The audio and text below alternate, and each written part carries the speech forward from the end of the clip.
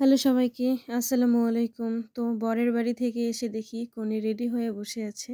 আর কিছুক্ষণ পর চলে আসে বরের বাড়ির লোকজন আর তাদেরকে ওয়েলকাম করার জন্য আমরা সবাই বাইরে চলে যাই। আর তারপর গেটের সামনে আমরা সবাই দাঁড়িয়ে যাই আর তাদেরকে ওয়েলকাম করার জন্য একটা করে রজনীগন্ধা দিয়ে তাদেরকে ওয়েলকাম জানিয়ে ভেতরে প্রবেশ করানো হয় আর তারপরে স্টেজে পাঠিয়ে দেওয়া হয়। আর স্টেজে পাঠিয়ে দেওয়ার পর আমরা চলে যাই নতুন বউয়ের কাছে। আর সবাই খুব এক্সাইটেড ছিল যে বউয়ের ভাইয়েরা ওড়না ধরবে আর বোনেরা সব সামনে থাকবে। এভাবেই স্টেজ পর্যন্ত এন্ট্রিটা হবে। তো সেভাবেই এন্ট্রিটা হয় আর এরা এতটাই এক্সাইটেড ছিল যে নাচতে নাচতে মাথার ওড়নাটা কোথায় যাচ্ছে কারো খেয়ালই থাকে না।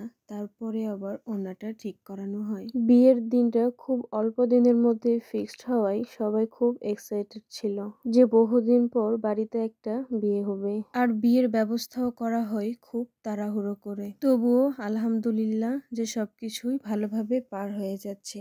বলতে বলতে হলুদের দিন শেষই হয়ে গেল। বাকি থাকলো বিয়ে আর বৌভাত। আর তারপরে শুরু হবে দুইটা নতুন জীবনের নতুন করে পথ চলা। দোয়া করি তারা যেন সারা জীবন সুখে শান্তিতে একসাথে থাকতে পারে, একে অপরের পাশে থাকতে পারে।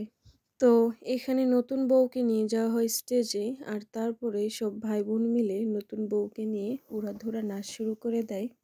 আর এর মধ্যেই খুব মজার একটা ঘটনা ঘটে যা আমরা কখনো কল্পনাই করতে পারিনি। আমরা বরের বাড়ি গিয়ে বর এবং বরের মাকে বলেছিলাম যারা যাবে তাদের সাথে যেন বরও যায়। তো সেই মতোই বরও চলে এসেছে। আর বর এন্ট্রি নেয় বোরখা পরে, যা আমরা কখনো কল্পনাও করিনি। পরে বউকে নিয়ে বোরখা পরে নাচ শুরু করে দেয়। আর পরে বোরখা খোলার পর দেখি যে বর। আর ওদিকে সবকিছু শেষে এখানে শালি দুলাভাই মজা করে একজন আরেকজনকে প্রপোজ করছে। আর তারপরে চলে আসা হয় খাওয়া দাওয়ার আয়োজন করার জন্য। এখানে সবাই মিলে বরপক্ষের খাওয়া দাওয়ার জন্য সবকিছু আয়োজন করছে, সবাইকে প্লেটে প্লেটে খাবার দিয়ে দিচ্ছে। আর খাবারের আয়োজন করা হয়েছিল পোলাও আর পায়েস। খাওয়া দাওয়া শেষ করে ওই দিকের পর্ব শেষ করে আবার চলে আসা হয় স্টেজে। আর এসে এখানে ফ্যামিলি পিকচার উঠানো হয়। আর সবশেষে বোনের হলুদ সন্ধ্যা পার করার পর ছোট ভাইয়ের জন্মদিন পালন করা হয়।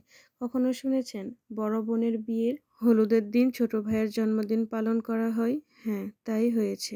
বড় বোনের হলুদের দিন ছোট ভাইয়ের জন্মদিন পড়ে যায় আর সেইটাই পালন করা হয় রাত 12টা বাজার পর। এই হলুদের দিন জন্মদিন পড়ার জন্য সবাই খুব আরো বেশি এক্সাইটেড ছিল, যা বলার মতো না। আর পিচ্চি তো অনেক তাড়াতাড়ি ঘুমিয়ে পড়ে যায়, ওকে ঘুম থেকে উঠাই কেকটা কাটা হয়।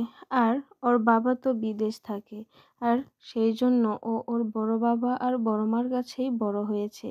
আর সেই জন্য ওর বাবা আর মায়ের দায়িত্বটা ওর বড় বাবা আর বড় মাই পালন করে। আর সেই হিসেবেই ওর পাশে বড় বাবা আর বড় মা ছিল, যাদেরকে ও মা আর বাবা হিসেবেই জানে।